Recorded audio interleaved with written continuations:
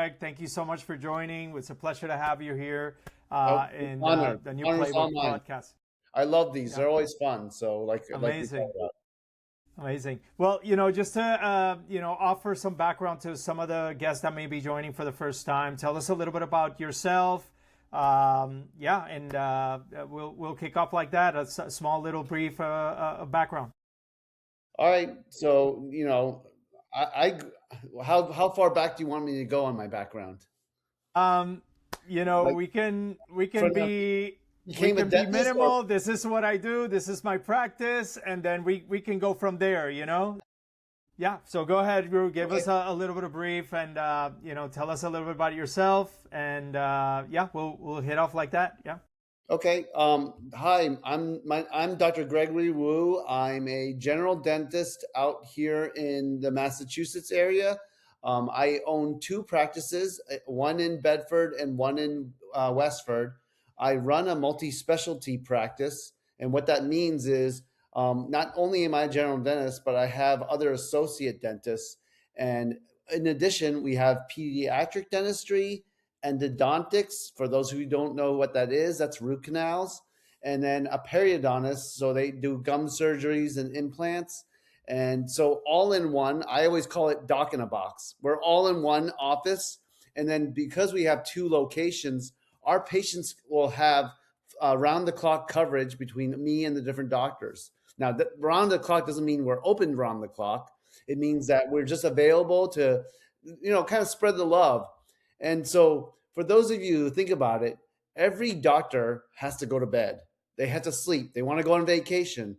So, the days of a single doctor practice are numbered because, if you're a single doctor practice, when you go on vacation or if you have a family emergency, how are you going to take care of your patients? So, the group practice type of dentistry is actually more conducive for our personal lives, but equally, for the patients to have access to emergency care and around their schedules as well. So that's a little bit about me. I've been practicing for 20 years, and on top of that, I've been slowly, because as my practice grew, I phased myself out of clinical care and I've shifted more into the admin and the business side of dentistry. A long time ago, it was just me starting off, and I grew from a one doctor office to 1.2 doctor. And when I say 1.2, meaning I had another associate that was 2 days a week. And then, from that one location, I kept on expanding, and I did a build out. And as things kept growing, I grew with it. And then I did the bold thing of opening up a second location. So that in itself is a very brief overview. 4 years ago, I did have a stroke, and that accelerated my timeline of being more admin related. And with that, I made it a personal mission for me to go out there and talk to not just other dentists, but other human beings that, just because there's a change in your life doesn't mean everything's over. It's okay to start over. In fact, you might like the second half story better. And for me, that's what it is. I've been on the different trade shows and conferences, courtesy of Curve Dental, which is a cloud based software. And they've let me tell my story of how technology, AI, and implementing it has actually extended my career in dentistry.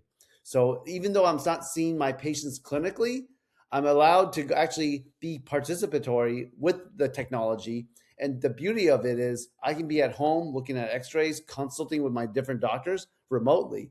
Just like us, we're actually having this live podcast, right? I'm here in Boston. Alexander, you're out there in Florida, right? So, Yeah. you know, what a great way. I would tell you, 50 years ago, this is unheard of, right? You'd have to I fly know. me out, or I had to fly you in. So that's the Yeah. wonders of technology. Yeah.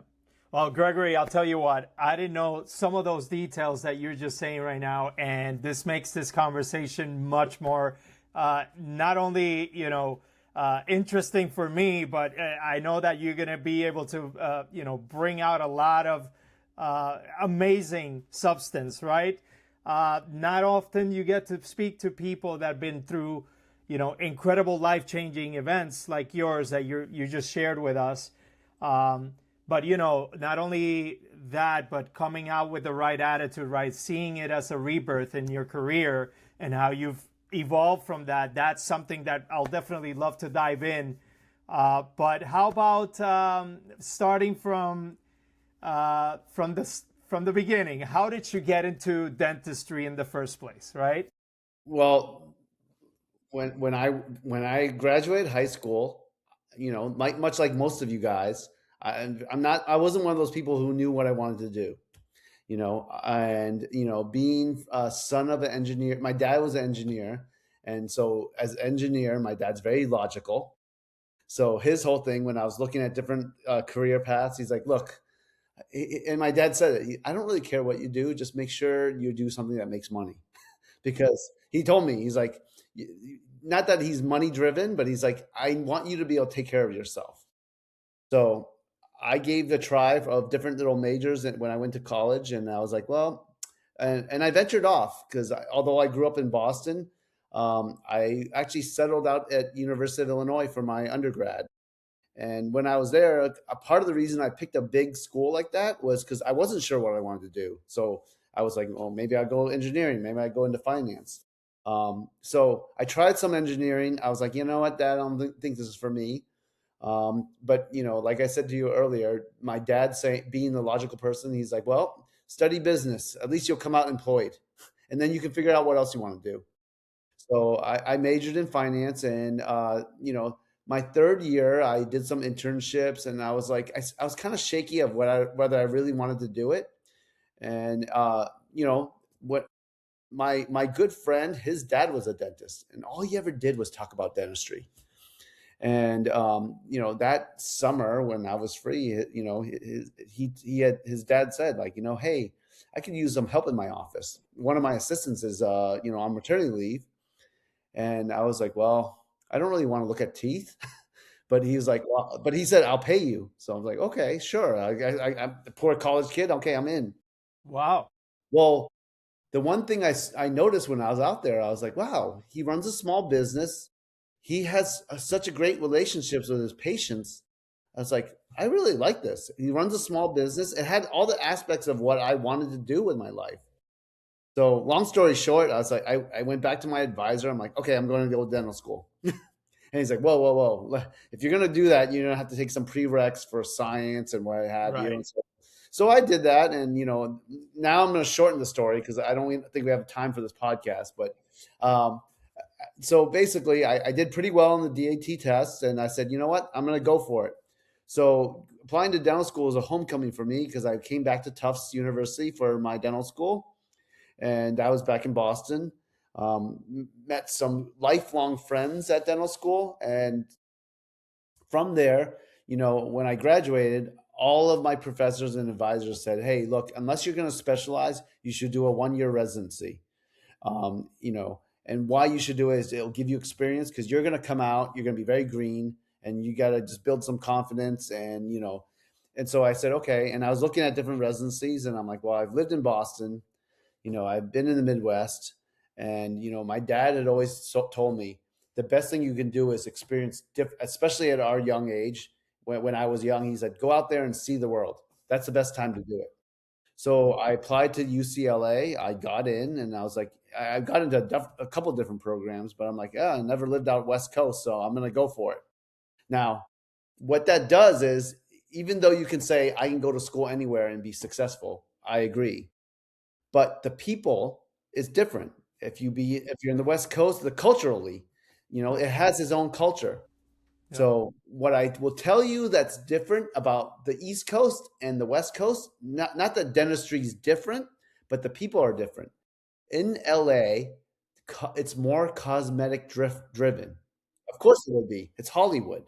So there I got a lot of training in cosmetics, more so than any other area I could imagine, because everything was about being whiter and brighter. And, no knock on LA, but everything was more artificial. Yeah. And that's what it is. Yeah. Whereas where I grew up, in the East Coast, it was more about, health and natural and, do aesthetics matter? Of course it does, but it wasn't the sole focus. So And then obviously after that, I did come back home. To shorten the story, I worked as an associate for 3 years.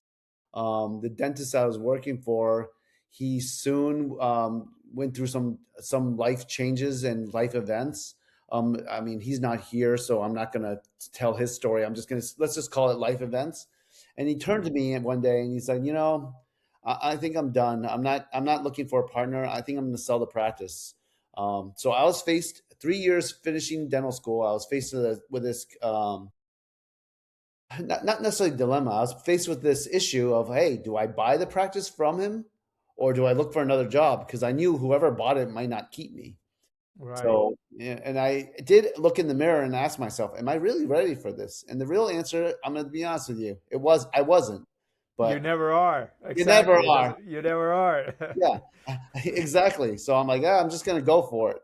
Yeah. So, I was a solo practitioner, took over his office, practiced by myself for about a year. My dear friend and classmate from dental school, Dr. Jerry Sui, he came and covered my office because I had to go to Taiwan for a family emergency. And he's like, hey, I'm in residency over at Tufts studying pediatric dentistry. I was like, I know you have to go away. I can't go to Taiwan over a weekend. It's not like going to Florida.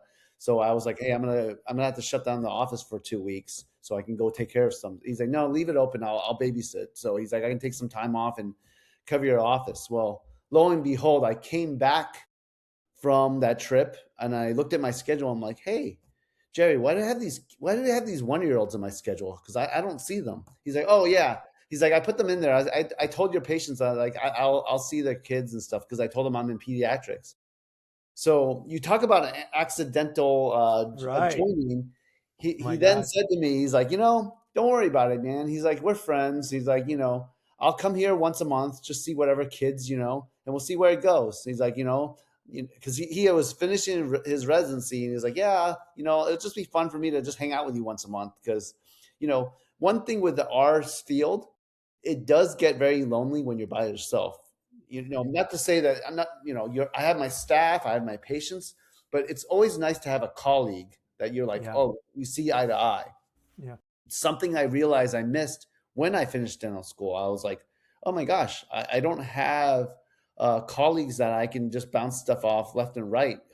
You spend 4 years together with you take all the same classes, take the same exams, and then, oh, poof, you're off in the world and you're by yourself. You almost feel orphaned a little bit. So, anyways, as as I said earlier, one day a month turned into 2 days a month because we started growing it. We started doing marketing because when I went from being an associate to the owner, I say this to all young dentists that are thinking about this: you are no longer a dentist anymore.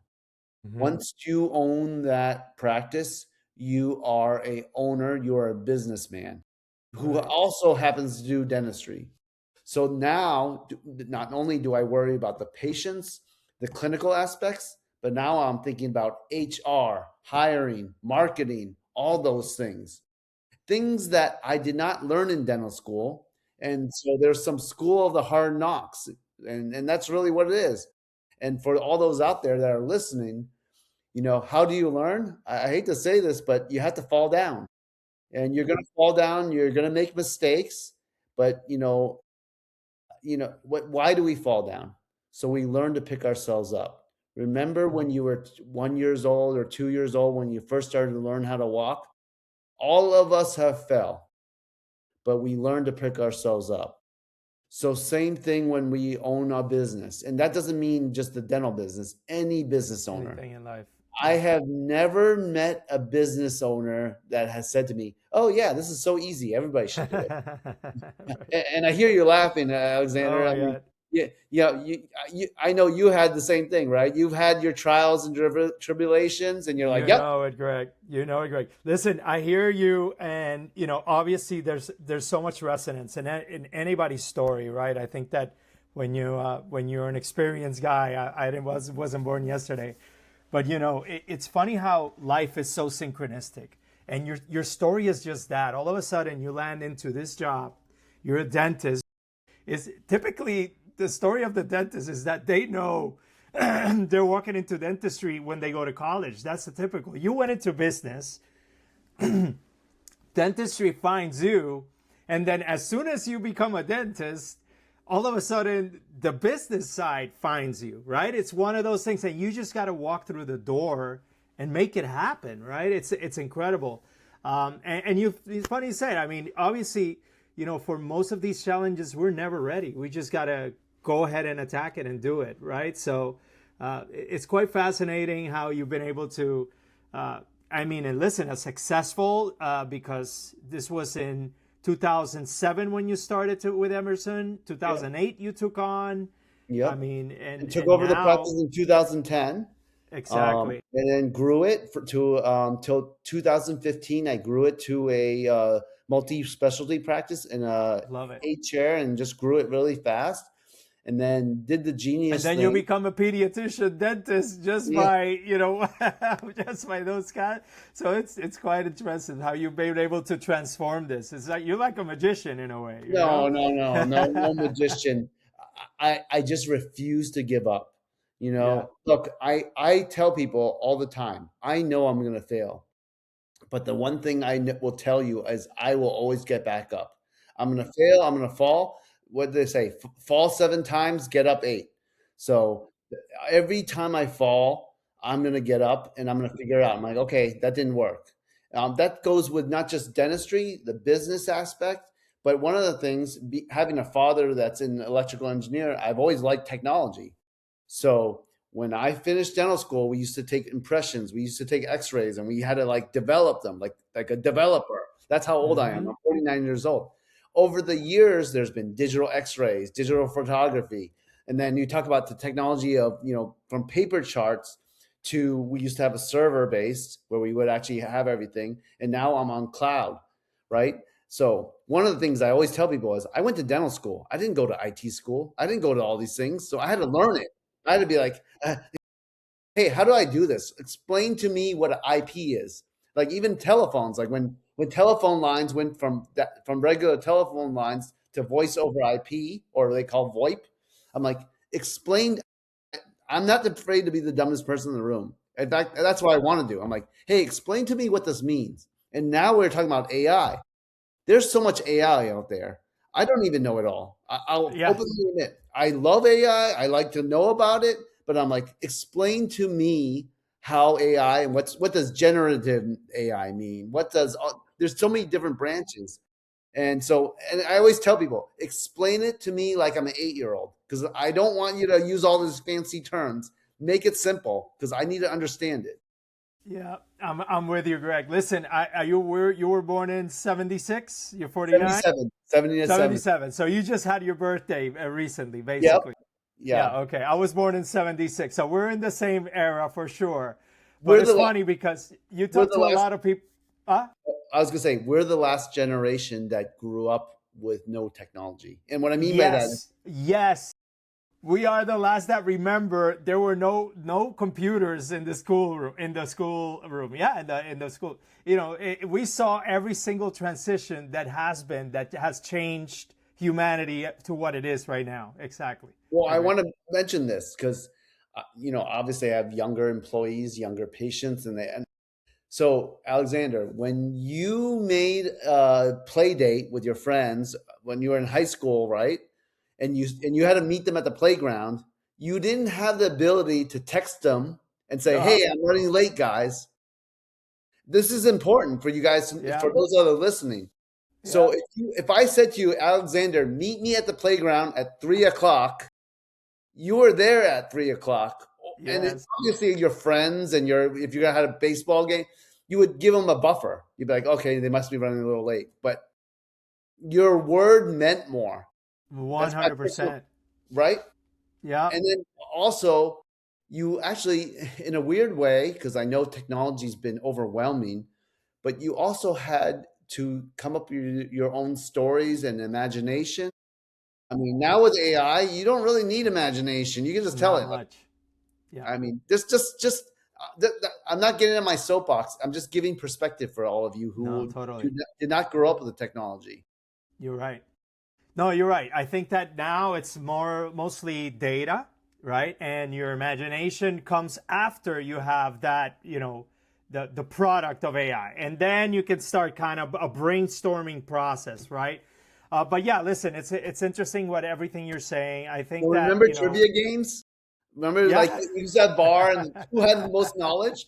Like those games aren't as fun anymore because everybody's got a phone, everybody's got yeah, Google. You can't say I like know. who won the Information. 1984 Olympics, the silver medal for swimming. Like you used to like test people on those things, and Yes, that useless knowledge isn't as fun as what used to be now I with know. AI and all that. I So know. You can have your 12-year-old answering these questions because they have an iPad next to them, yeah, so it's not as easy anymore. I remember you were telling something very interesting, the story of you got a plan to go to the park. And then I started thinking the first time that we got a glimpse of that was I remember in my teens where the beepers came out. And that was really the first time that we had some sort of texting. But at the same time, you had to call somewhere to give a message, and they would send the message for you. It wasn't that you were able to type it right away, don't right? forget we also didn't have answering machine. Not everybody had an Yes. answering machine, so you would Right. call a house, and just as for those that don't imagine that you had one telephone line. You might not Yep. have only one or two telephones in your house. Yep. And so you might call and, hey, is Alexander home? No? Okay. Or you might not be able to leave a message. I'd be like, hey, Alexander, I called you yesterday afternoon. I couldn't get a hold of you. Right? I feel like life moves slower then. And now things are moving faster and faster. Right. Now, is that a good thing? To each their own. But, I see how tremendously technology has been rapidly adapting, and people are out trying to adapt. And, I mean, who knows what the future holds? I'm excited to see what happens, but, with anything, it's always two sided. Yep. Agreed. Well, we're gonna find out, Greg. I'll tell you what, we're gonna find out. So since we've been talking about technology, and obviously, part of the main topics of our program, our podcast is technology. Tell us about your overall sentiment. And obviously, I know that you've been adopting AI. You are an advocate of AI, right? Overall, right? What is your sentiment? When did you start riding the wave? Like you said, it's hard to say I know it all, because I don't think that anybody that is involved with AI, the more we learn, the more we understand that there's so much out there, right? Yeah. But let's say, when did this shift started happening? Have you been always a tech person that, kind of always gave it a shot, or you understood that this was a change more profound that you had to really dedicate time to it? I've always been interested in technology. I've always had a thirst for knowledge. I've always felt that if I can build a better mousetrap, there has to be a better way of doing things. Now, I am not afraid to be an early adopter. Others are, and that's okay, because if you're afraid to go first, don't worry, because I'll probably be the first one to do it. Yeah. That being said, what I always tell people: an expert was once a beginner. And that's with anything. Even when I was, we talk about jumping in. I jumped in because I was like, someone had given me that advice. They said, remember this: an expert was once a beginner. So you no time like the present to just get started. One day or day one, you pick. And so I always said, like, okay, let's just do it. Now, that being said, when I started with the early editions of AI with voice activated perio charting and other different AIs, it was clunky, and it wasn't that useful. It was okay. When I first did scanning with intraoral scans in the people's mouths, same thing. It was clunky. It wasn't for everything. As it develops, it does get better. And so as you ride that train, the benefit of being an early adopter is you have perspective, much Yeah. like you and I, Alexander. Since we grew up without technology, we have perspective. When you grow up with technology and the Wi-Fi is not working, or the technology is not working, You, you're you not don't working. you don't know what to do. Yeah. Right? So that Yeah. is the benefit. And of course, I would even say further along, our parents' generation and those generation above us, they have knowledge that you and I don't have because Yeah. we were beneficial with certain technologies that they had that No access to. yeah, and they're the generation I will say I will actually honestly say this. They're the true artists Yeah. because they didn't have technology. So they Yeah. did have to do things by hand. Their hand skills and their craftsmanship is better than any Are other superior. generation. Yeah. Do you They agree? carry the wisdom. They carry They the do. wisdom and the craft. Yes. Absolutely, I agree with you. I absolutely agree with you. Now we have the tools that bring all that to it, that make all that accessible to us. I agree. Yeah. So talk about dentistry. Um, what's out there? What are dental practices accessible, or how is AI really impacting this vertical, this industry overall, in your eyes? So in my eyes, I think eventually, just for all those out there, there'll be dentists that use AI and there'll be dentists that don't use it. And it's not going to be dentists versus AI. It'll be dentists with AI, and they're going to predominantly be the winners. And Mm-hmm. here's why. So X-rays, if I read your X-rays, I can do it with my eyes. If I read 1,000 X-rays, I'm going to get tired. Yeah. The AI won't get tired.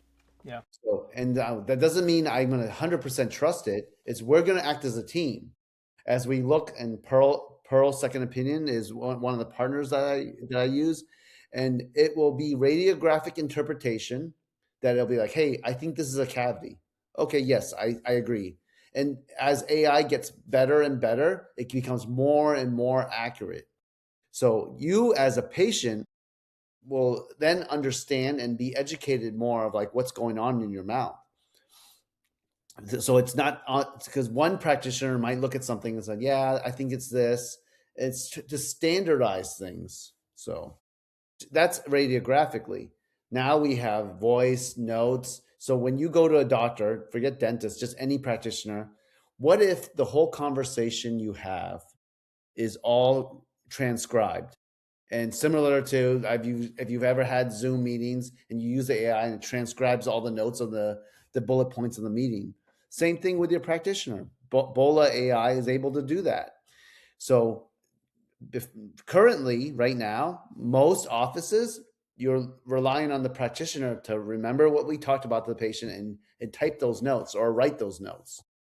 So it's going to give a much more accurate transcription of what went on in that visit. Now, those are just tidbits with it. Now we talked about the software. I use Curve software. It's in the cloud. What's wonderful about the cloud is access to the database anywhere. So I'm here at home, or I could be in Florida with you on the beach. Patient calls me and say, "Hey, I'm really having some pain in my tooth." "Oh, yeah, no problem, Alexander. I can look at your x-rays. I can see your chart. I can see all the things I talked to you about." Versus back then, "Hi, Alexander. This is Dr. Greg Wu's call service. Oh, he's on Right. vacation right now. Let me try to get a hold of him." And then you'd get a Yeah. hold of me. I'd be on the beach. "I'm on the beach, man. I don't know who it is. Who's Alexander? I don't even know who he is." Right. Right? So now better customer service for our patients. Right. On top of that, this is very evident to me. This is, I think, dentistry is a little behind, but online scheduling. You know, you can make appointments online for your haircuts, for your car, right? And so why can't you do it for your to see your dentist? You Right. can actually. It's actually the dental offices that are restricting it because they don't trust the technology all the way. And so we do allow it in my office, and we talked about baby steps. We do restrict it, but we're again early adopters, so I'm letting people make online appointments, only certain types of appointments, but you know, that's where things are going to go. It's not that we're using AI, and I hear it all the time. Oh, AI is going to replace people. It's not going to replace people. It's going to get rid of the mundane, repetitive tasks that doesn't need to be done by a human so that we Yeah. can actually be more human, not more robotic. You hear me say it all the time. AI isn't for us to be more robotic. It's to allow us to be more human. It's allow us to get us back to those old days, Alexander, when we didn't have technology, where we would just go out and play, enjoy nature, and be like, hey, AI, write my Correct. clinical notes for me. You know? Yeah. Well, listen, time is money, right? Time is money overall. I think what we're gaining is efficiency. I don't know if you heard the last job data, and we were going in a quick decline, and you still see a lot of tech companies, particularly tech companies that are laying off people. But there was an increase in jobs. I think it was throughout the month of March, and a lot of those jobs were in the medical field, in radiology. So what's happening is that we're thinking, oh, you're going to need less. And what's happening is we're becoming so much more efficient. So we're able to bring in more patients in. So the bottlenecks that were formed are going to easily be fixed. You said something very interesting, and Sherry and I we're working on something like that. It's like, I come from hospitality, and there's always this platform that allows you to maximize your seating potential in the restaurant. What if this comes for, specific dental industries, or sometimes you have people that don't come or, cancel. And these cancellations sometimes can pop up online, and you can have that seat replaced, right? So like you said, it's a matter of potentially optimizing the operation with some simple tools, right?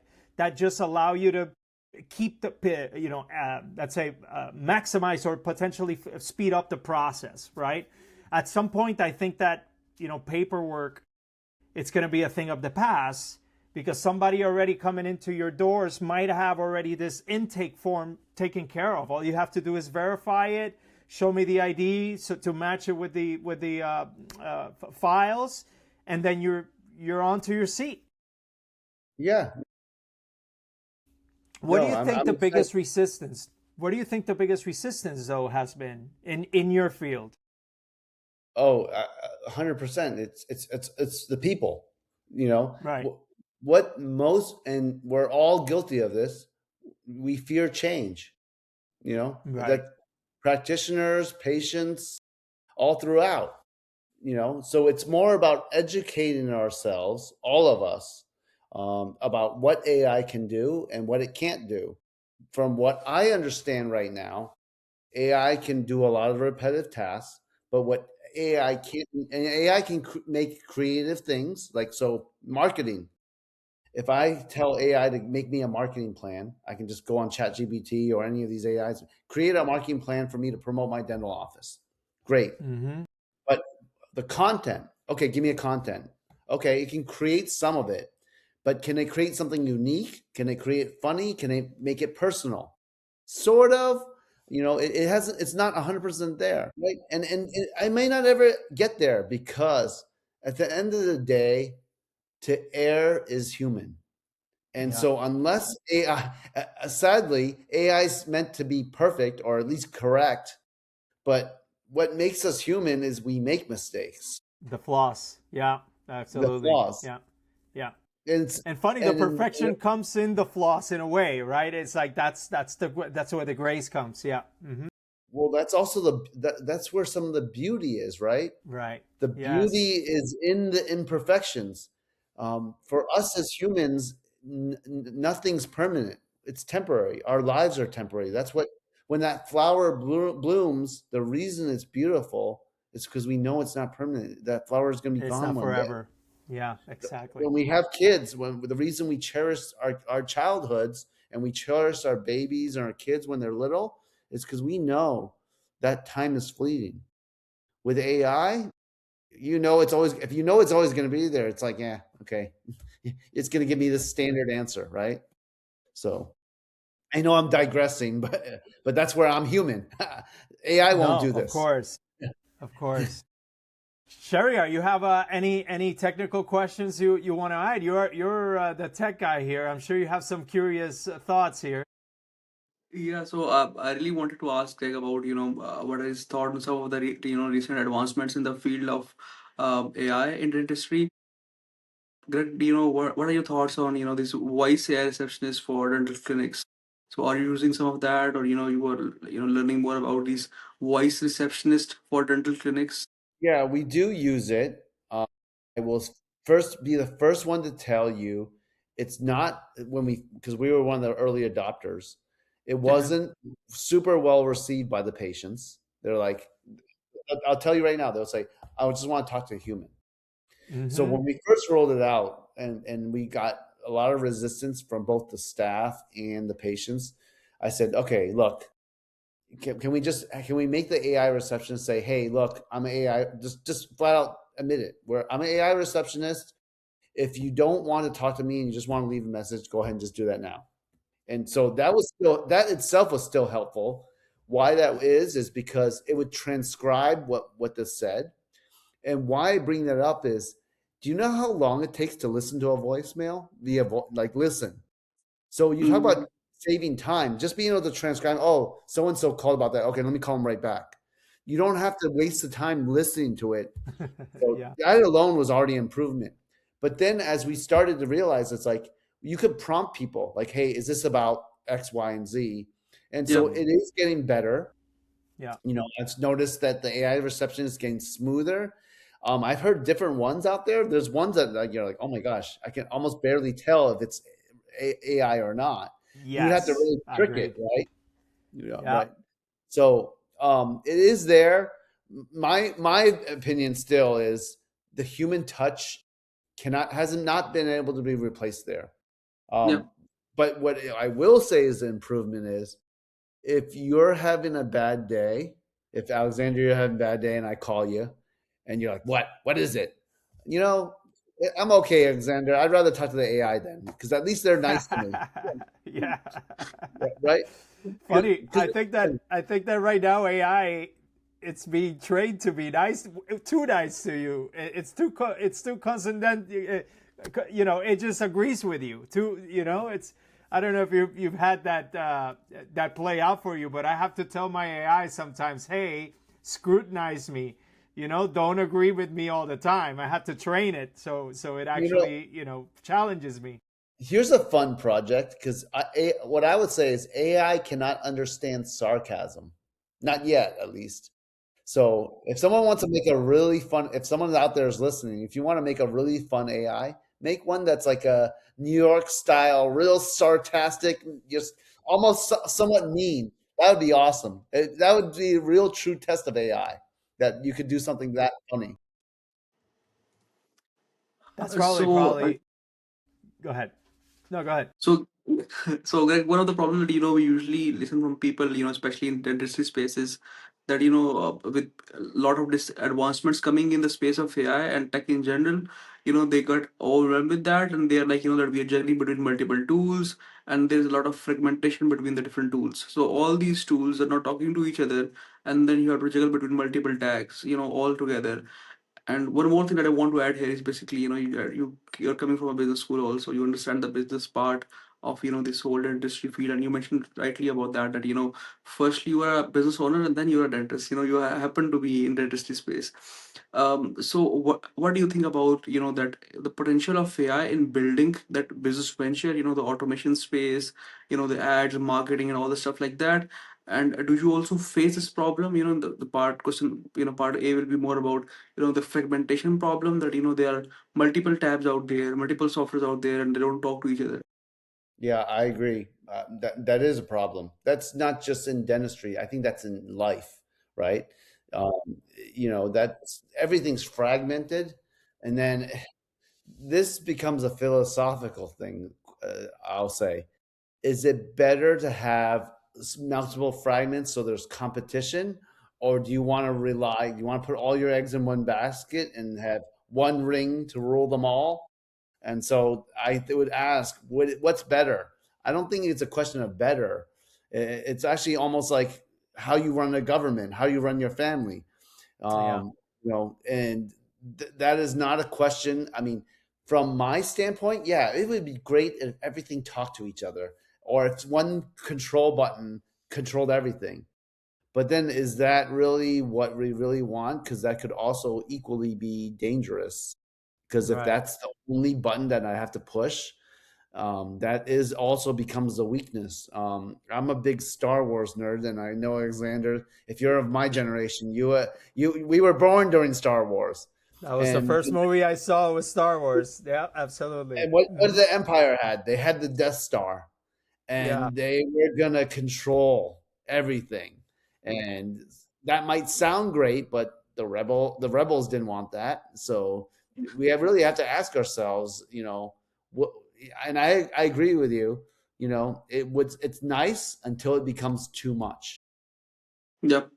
No, I think, Greg, we're talking about more like a dumb AI that, it talks to each other, but it's dumb, in a way that, so it's not very smart. So smart, but not too smart, right? So Yeah, not this one. now we're gonna become Goldilocks, right? So Yeah. too warm, too hard, too smart, not smart enough. So it, So, yeah, you're talking about, yeah, I also want you to talk about more like, the business perspective about building a dentistry space and how important it is, to leverage, AI and different tools in order to scale your venture and become more productive and efficient in, revenue making machine. well, I mean, the first thing I'll say is AI is going to allow us technology, not just AI, technology is going to allow us to scale because we minimize the amount of the efficiencies up. So then we can actually do more, we can be faster, and we can be more accurate. That'll allow us to scale faster. Now, what we need to do is figure out how to control that scale. You can grow too fast. We've all seen it, and it's controlled growth. And like we said earlier, unfortunately, we have to fail. That's the only way we'll know. Like, okay, that didn't work. So, and I don't have that answer. I'm still in that, and it's okay to also because don't forget, one day I do want to retire, as all of you. So, how much do you want to scale? These are also questions that we have to ask ourselves. So Greg, what I really want to understand here is, we're talking about, scaling the venture, and then we're talking about what are the possible bottlenecks involved in that. And, we all agree to this thing that, for sure, technology in general and AI in specific will help us, to scale our ventures, to remove these bottlenecks and stuff like that. Basically, this is our passion project where we're trying to understand different industries and, how, we can build some kind of custom solutions of regarding AI to, leverage AI and, to solve those bottlenecks. So what we really understand, want to understand from your side is basically at the moment, because you have also dealt with a lot of different, talk to different dentists also. So an average day, as a business owner in a dentistry space, how does it look like? So do you, check your marketing campaigns, your sales campaigns, or you talk to your marketing and sales team together, or how does it look like? And what do you think is the biggest bottleneck in the complete, scaling process? So, for not this is not a business thing. This is specific more to healthcare insurance. If Hmm. I asked you, what does your insurance cover? How much are you gonna know? It's almost like Nothing. another language. Yeah. So AI is currently on that path of making it Hmm. more accurate and translatable and easier for the not just the patient to understand, but for the practitioner and their team. So when you come to your appointment, how much is your copay? What's your insurance going to cover? All those things. AI is getting better and better at that. They're doing insurance verifications. They're using AI for that. Is it 100%? No, because if it was, we wouldn't have this This. conversation. It's still in Right. its early stages. Um, to share with you, I mean, I can't speak for medical insurance but on the dental insurance end, it's very complex because every plan has different rules, and so Yeah. Yeah. AI can collect all of that. But again, they're all through portals, or you have to call them, and then so that's fishing that information out. It's no different than taxes. I can tell you, we still have accountants, but one day may be able to run this through AI. This is what your estimate taxes are going to be. So same thing with the insurance part. I think we're just not there, but it's heading in those directions. And that's kind of where I see the biggest need. That and anything, I mean, I can tell you, anything that is administrative work, AI should be able to not necessarily replace, but make our lives easier. And Yeah. what I said earlier in this podcast, make it so an 8-year-old can understand. So Yeah. the systems are too complex that you need a PhD to understand taxes and software, like coding, right? AI is making Yeah. coding easier. Make Yeah. it simple. If I said to you, hey, 20 years ago, if I needed to code something, I'd have to go through a 4-year program and get a computer science degree. Now it's becoming easier. Same with graphic design, right? So Yeah. Yeah. make it so an 8-year-old can understand. Yeah. Yeah, one thing. 3 years from now, 3 years from now, a dentist who adopted AI versus a dentist who didn't adopt AI. Greg, how do you see that gap? So it's not me that's going to determine the gap. The patients and the consumers will determine that gap. Okay, good They point. will be able to see the difference. And that's with any business. Forget dentistry. That's with any business. Because once they see the difference, they'll be like, well, why would I go to this when I Yeah. can go to this, right? Let's talk about food. Have you ever had a really nice steak? Right? Yeah, We all have. of course. Yeah. And then after you've had it and you think about the ones that were not so nice and you went to one that was, you're like, if you had a choice, as long as you could financially afford it, right? Once you experience it.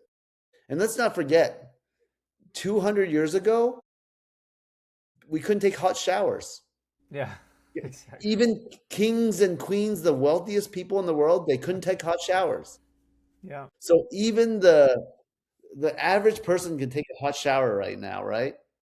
So imagine if I build a time machine and I took an average person and bring them back into the 1600s or 1700s and gave them all the wealth in the world.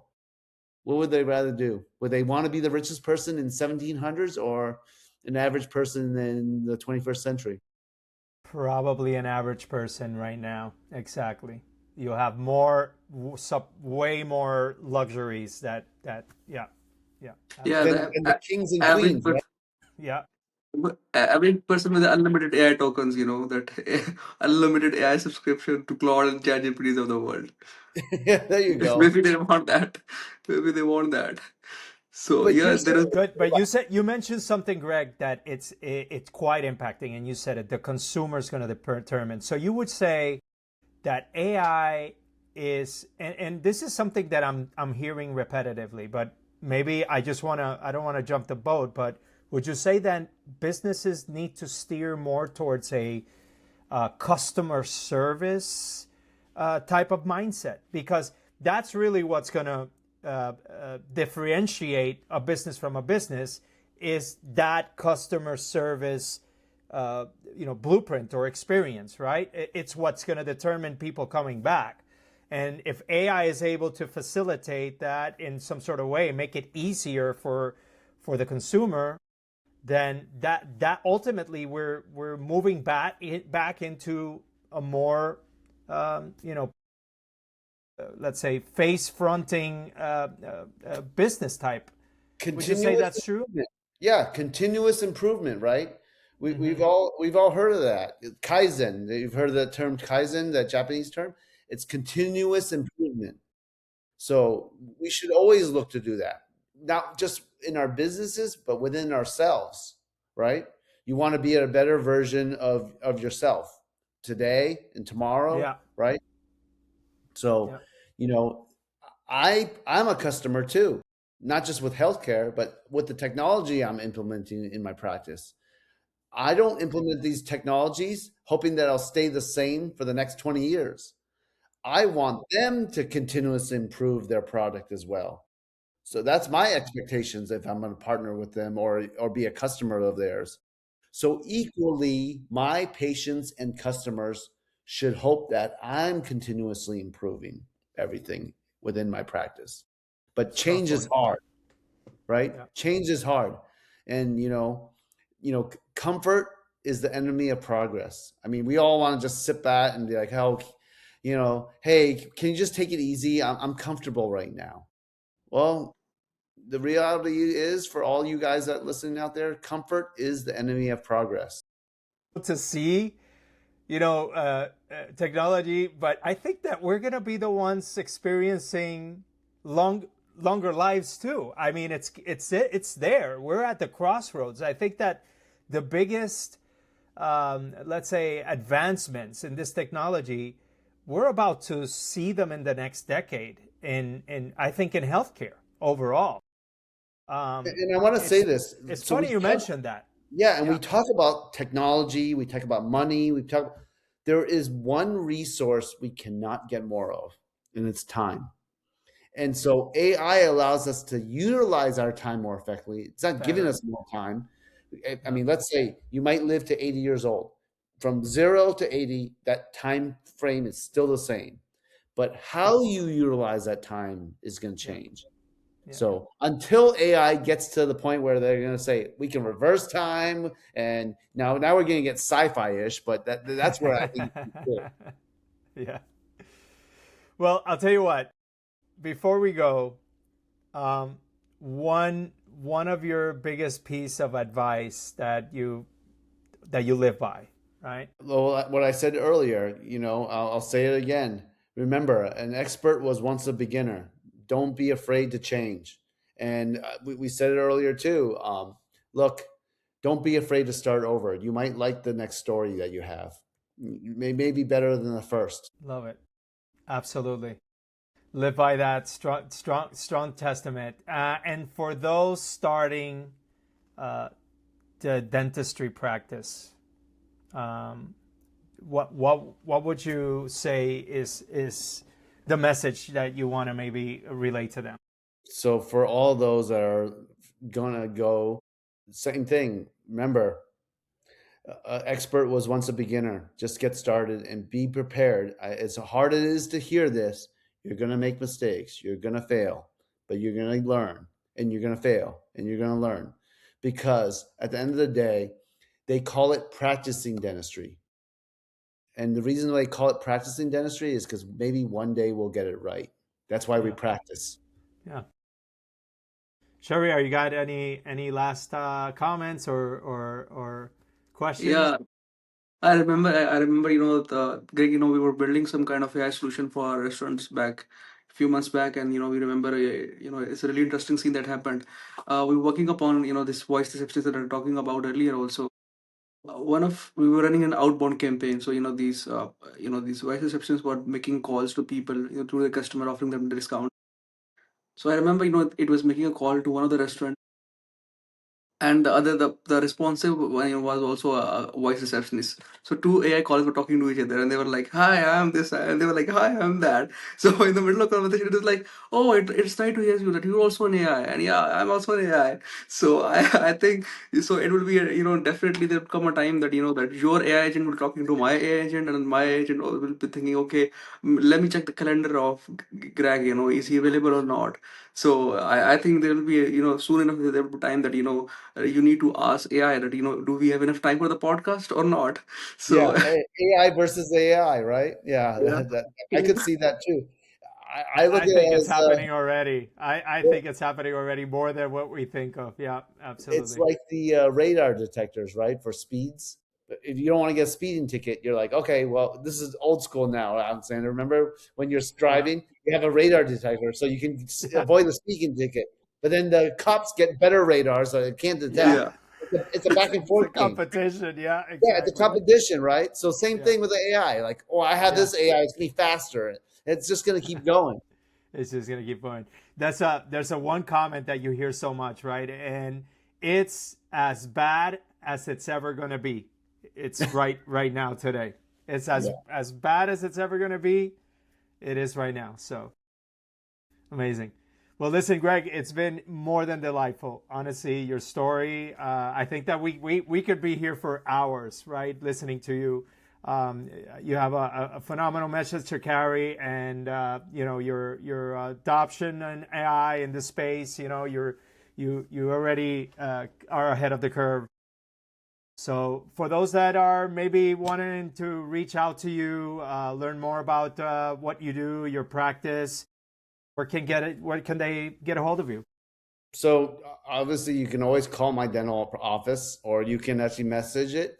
I'm also on Instagram. My Instagram handle is the Way of the Woo, and I'm also on LinkedIn. So go ahead and message me on those platforms. But obviously, if you can always contact my office, they'll put you in touch with me as well. So thank you. Amazing.